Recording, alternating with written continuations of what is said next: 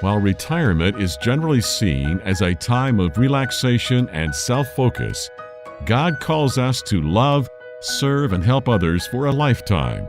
He has been preparing us for this retirement season literally our entire lives.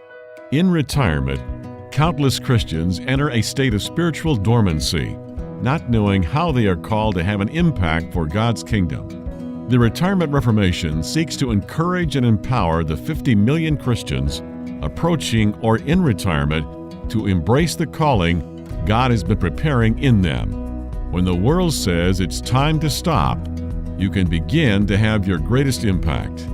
Welcome to iRetire4Him, the mouthpiece of the Retirement Reformation, where our goal is to journey from retirement to reformation so you can say, I retire for Him. Reaching out to the 50 million Christ followers in America who are approaching or already in retirement, you've tuned into iRetire4Him, the mouthpiece for the Retirement Reformation. I'm Jim Brangenberg, your host, along with Bruce Bruinsma, the founder of the Retirement Reformation. We'd love for you to check us out online and download our app.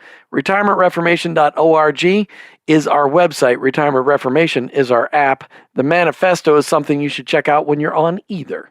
We'd love for you to check us out.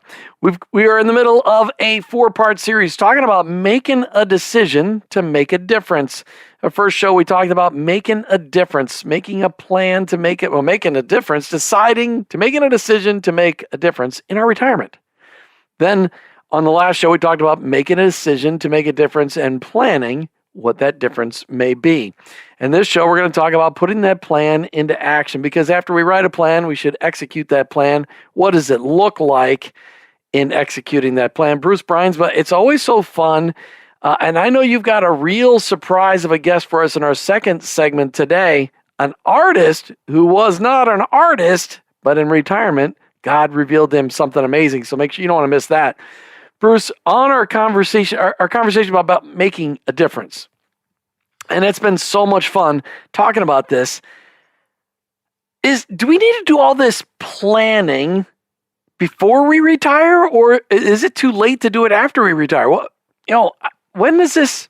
I mean, lay this out for us. Making a decision to make a difference, and then we got to make a plan before we execute the plan, which is our retirement. Do we got to do all that before we retire? Well, there isn't just a direct answer to that. It would be helpful if we did. Most of us don't. Most of us, it's an evolving part of the story, but there is always that point in time, and it may be before you retire, it may be within a year after you retire, it may be not even in that first stage of retirement. It may be entering into the second stage of retirement or into the third stage of retirement, where we realize that what we are called to be and to do will be so much more effective if, in fact, we do have a plan. So, is it ever too late?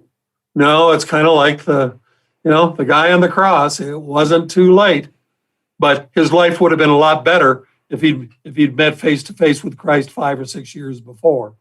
So, is it ever too late? No. Once begun is half done? Yes. When should we start? Now. When is it too late? Later. But we can always begin again. In that, just think about that, Jim. God in His grace, no matter what the sin, and no matter when the sin was committed, a long time ago, today, yesterday, this morning, His grace is sufficient to allow us to begin again. Right. So you said something earlier, so I'm gonna contrast. You said, when's it too late? Later, but it's never too late to get started in making a decision to make a difference. And part of that, as we talked about, so we make a decision to make a difference, and then we actually put down a plan. What do we think that looks like, considering our natural gifts, talents, and abilities, and that of our wife or our husband, if they happen to still be around in our retirement years? But now we're talking about putting the plan into action. So and what's funny is we're going to talk in the next podcast, we're actually going to cover my story. How am I preparing for retirement as I approach 55 and start thinking about those years. But there's obstacles, Bruce, for retirees actually putting their plan into action. What do some of those obstacles look like? Lethargy is one.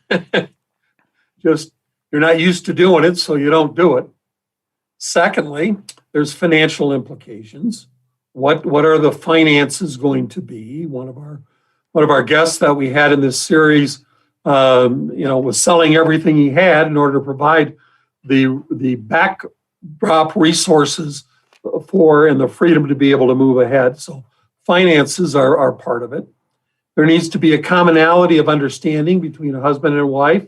We heard Brian Kluth, the key to their moving forward in their next stage of ministry was his wife saying, let's do it.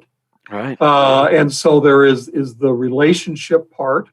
So you got money, you got relationship, you got timing.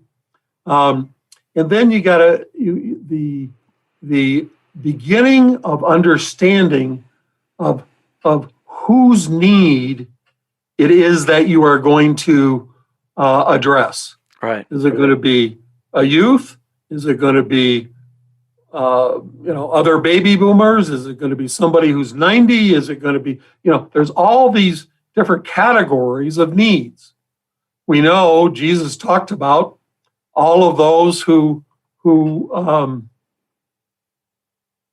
the Father connects with, the poor, the hungry, those in jail. What a great place to start, but it may be something other. It could be artists in Taos. There's so an understanding of who and what impact is needed in order to represent Jesus to that particular group or groups of people. I'm led to just mention something that we don't talk about very often. But amongst those that are seniors now, the issue of divorce, suicide, drug abuse, bankruptcy, and so on. There's a hurting group of people amongst us that we also can respond to. So it's got a big piece to it, Jim. Yeah, it does. And those are all pieces of putting together the plan. And then we need to execute on this plan. But Bruce, a lot of people that are retiring have spent 40 years following somebody else's plan and just following a plan. And they might feel like just doing nothing and not following a plan because they're just too stinking tired. How do we get the motivation to make the decision, to make a difference, and to write a plan and then to put that plan into action when we're just tired of following plans? One of the things that will prompt that will be when we are open to what the Holy Spirit is guiding us to do and be and where it is we are to go. Right. We may have no idea when we're going to the mall for the first time in 12 months and we're walking down the mall, not thinking about anything but nothing and saying, wow, it's really nice to be here and look in these empty shops. To just simply have an awareness that something, it may be in that walk, it may be in driving down the road, it may be in listening to the radio, it may be in watching a TV deal, it may be who knows what.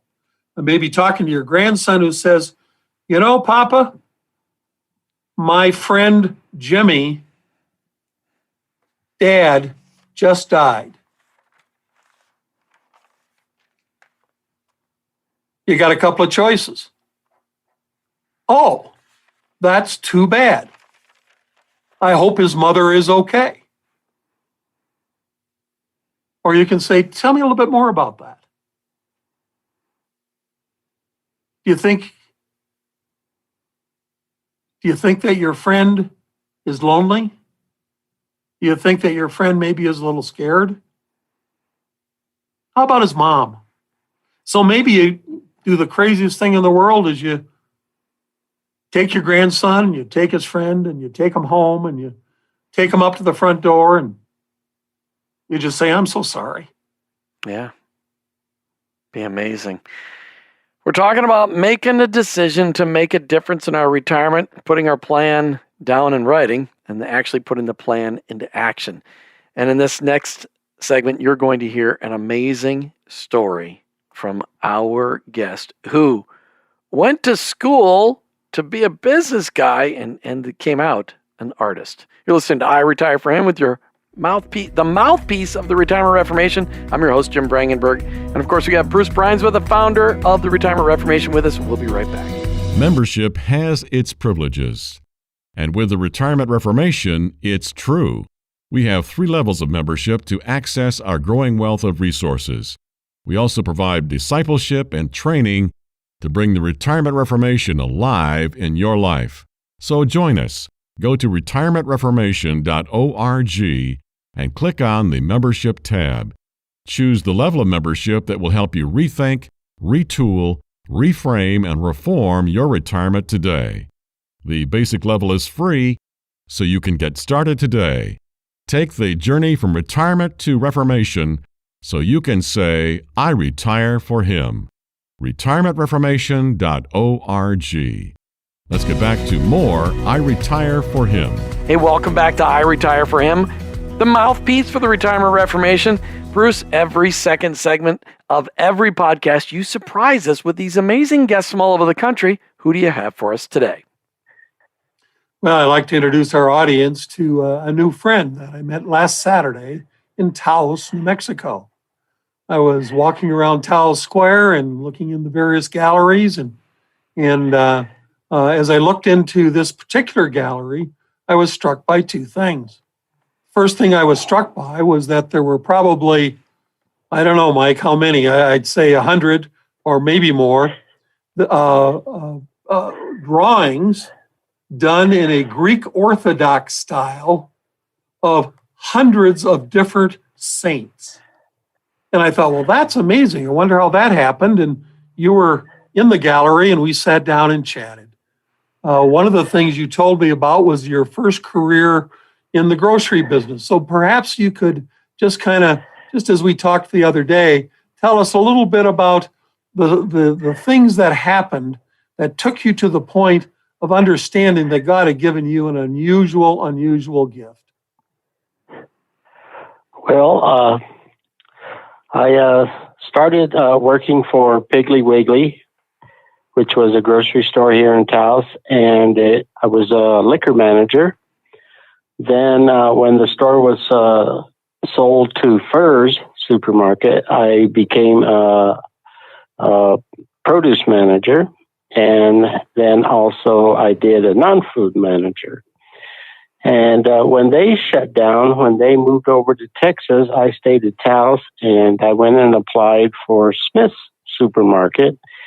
And they put me in the position of manager for the floor and also the stockers.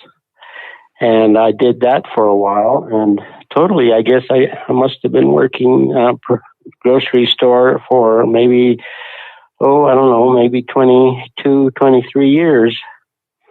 Then I retired and got bored real quick. And I went to college to learn about computers in 91, which was the beginning of this whole computer thing. And I was all set up for that and took 3 hours for drawing because I wanted something easy to relax. So wait, Mike, wait just a minute. So you were 22 plus years in the grocery business. You retired. Right. Then you got bored. Then you decided you Right. better retrain yourself. So you took some action. Right. You thought maybe you were a business guy. And in the middle of that at the college, you took a course in drawing because you thought it would be easy. Do I get that right? Yeah, well, I had a pretty heavy schedule, so I needed 3 more hours. And I says, well, I'll take something really easy. And I looked through the registrar there and it says, well, art sounds easy. So I took a drawing class, and that's how it all began. Well, when you went into that drawing class for the first time and you did some drawing, you shared with me something that the professor, that the teacher said to you. Do you remember what that was? Actually, we were doing some figure drawing, and the professor was walking around looking at the different drawings, and when she came up to me, she said that it looks like I had been doing this for a very long time. And I told her that this was my very first time.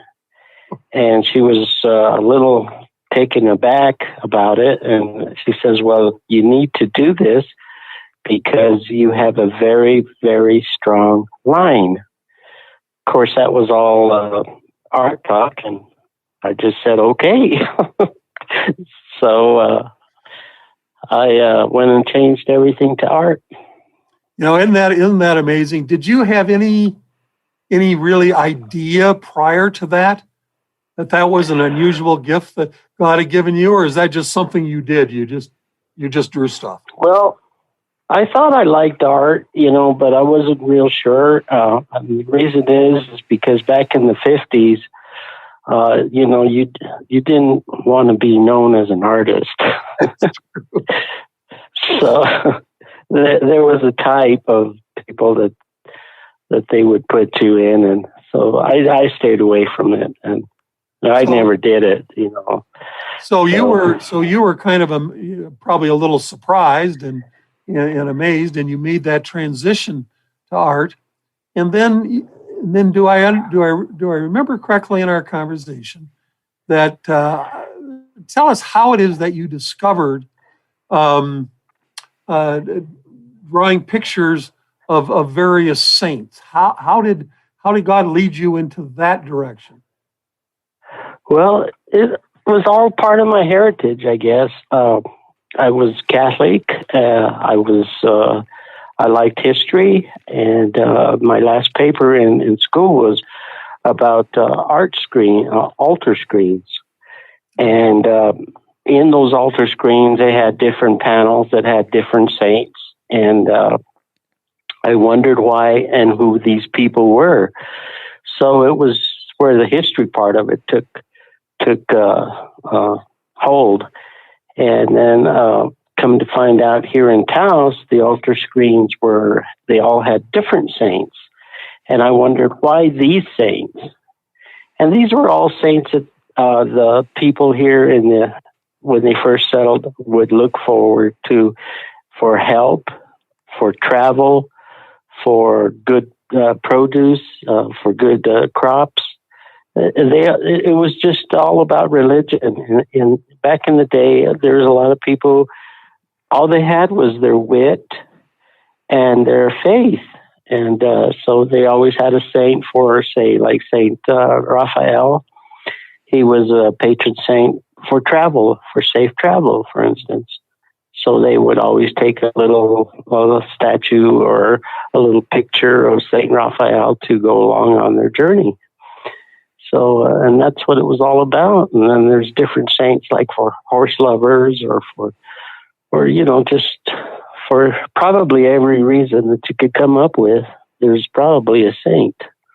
I just finished a saint for my tax preparer, and that's Saint Matthew.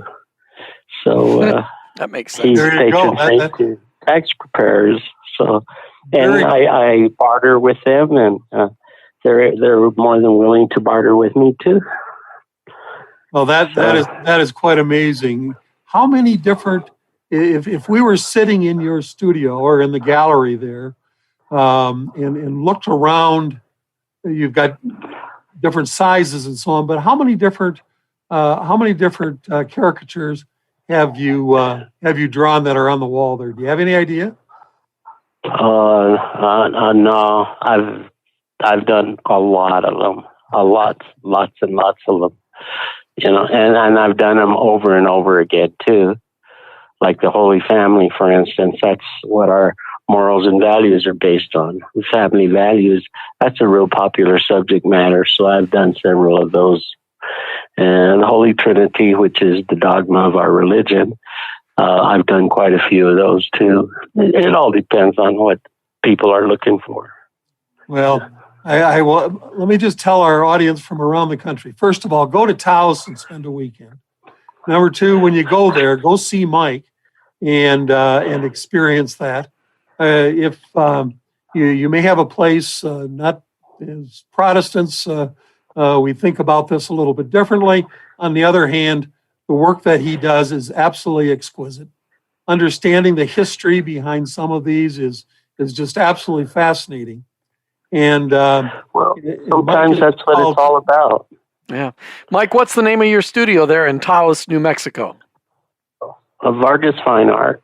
Vargas Fine Art. Well, make sure you check out Mike in Taos, New Mexico at Vargas Fine Art. Mike, thank you so much for being on I Retire for Him today.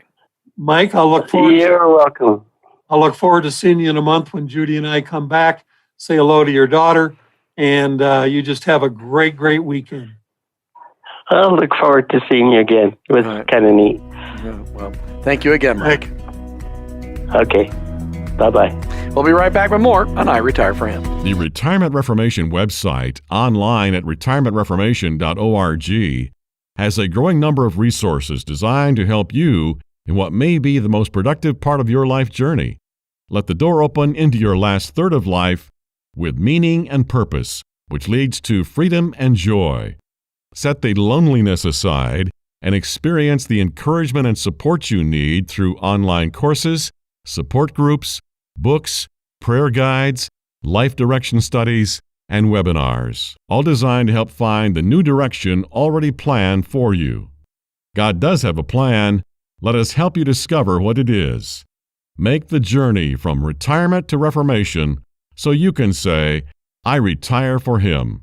Go to retirementreformation.org and check out our resources tab. Now back to more I Retire for Him. Hey, welcome back to I Retire for Him, the mouthpiece for the Retirement Reformation. I'm your host, Jim Brangenberg.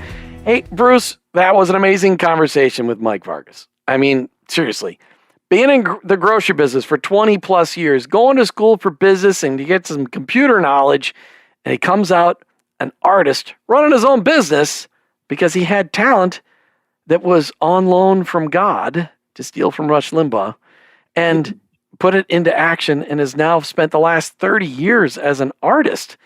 It's phenomenal that his retirement years turned so differently. Now, that was something he had made a plan to go to school to learn something new, and God kind of threw a golden ticket into his retirement and said, I'm going to show you something I built inside of you.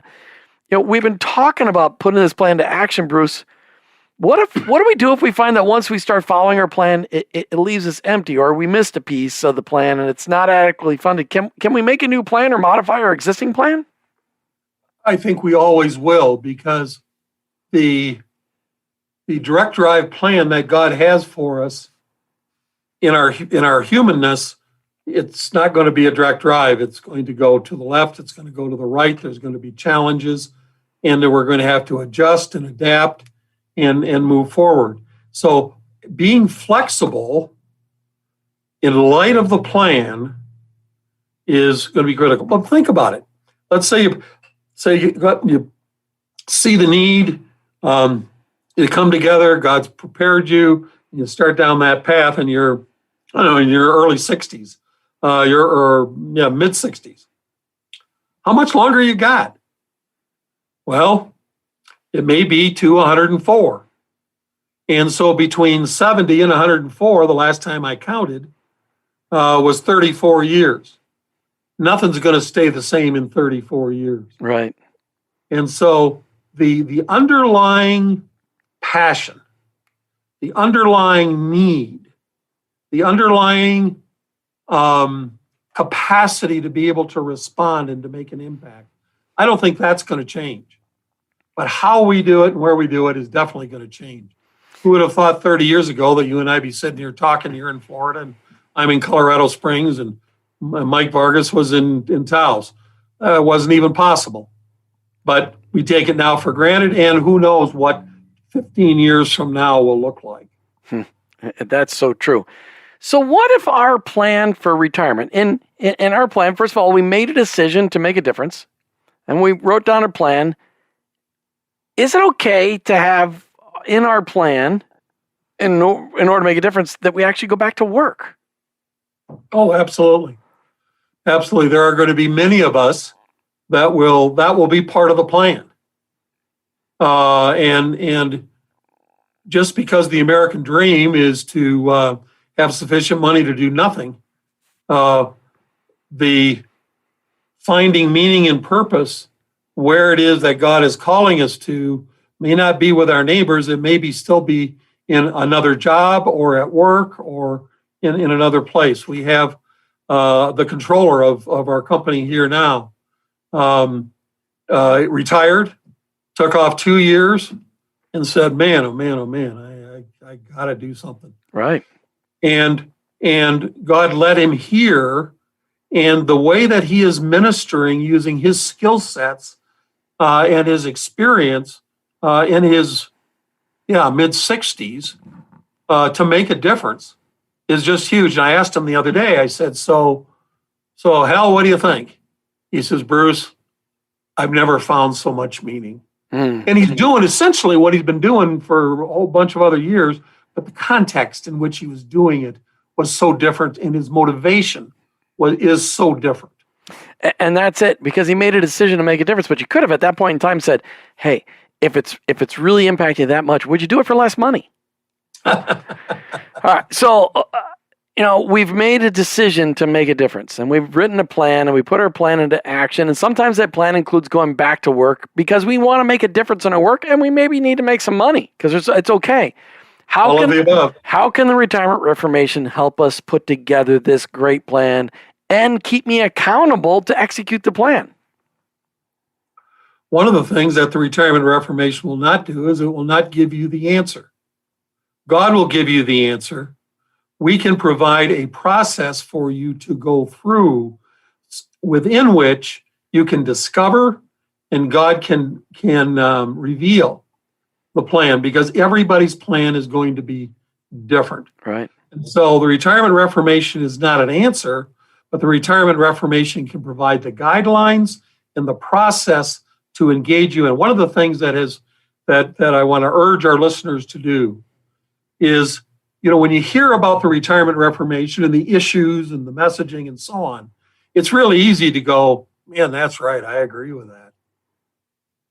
But man, it is another step to make that decision, to make a difference, to engage with the material, to be led by the Holy Spirit, to be able to identify who you are in God's provision, and then to put that plan in place and to take the next steps. That takes a champion. That takes a hero. That takes someone who can go. And that's the Moses, that's the Joshua, that's the Caleb. And those are the ones that we want to emulate. And we think you can be a hero too. We want you to check us out online, retirementreformation.org. Become a member. It's free. Get access to our resources that'll help you make a decision to make a difference, put a plan together and execute that plan, and then get access to mentoring through the process if you become a paid member. So there's all kinds of resources for you out there on our website, retirementreformation.org. Bruce, what a great conversation. Thanks for being on iRetire4Him today. Always good to be here. There's always more to learn. Yeah, that is so true. It is so true. And I always thought that when I walked out of college, I'd be done learning. But it's true that we're never done learning.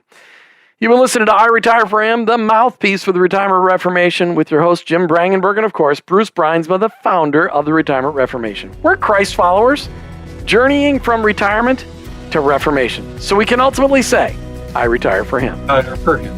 Thanks for listening to I Retire for Him, with your hosts, Jim and Martha Brangenberg, and Retirement Reformation founder, Bruce Bruinsma. I Retire for Him is the mouthpiece of the Retirement Reformation. Most Christians tend to follow the world's pattern of rest and self-pampering during retirement. However, in your retirement, you can be focused on God's unique call to love, serve, and help others. This can be your best season of life if you take advantage of a life's worth of knowledge and experience and combine it with a greater freedom of time and money, and invest it all in the generations both preceding and following you. The Retirement Reformation is encouraging Christians to find and follow God's call in all seasons and aspects of life, especially in retirement.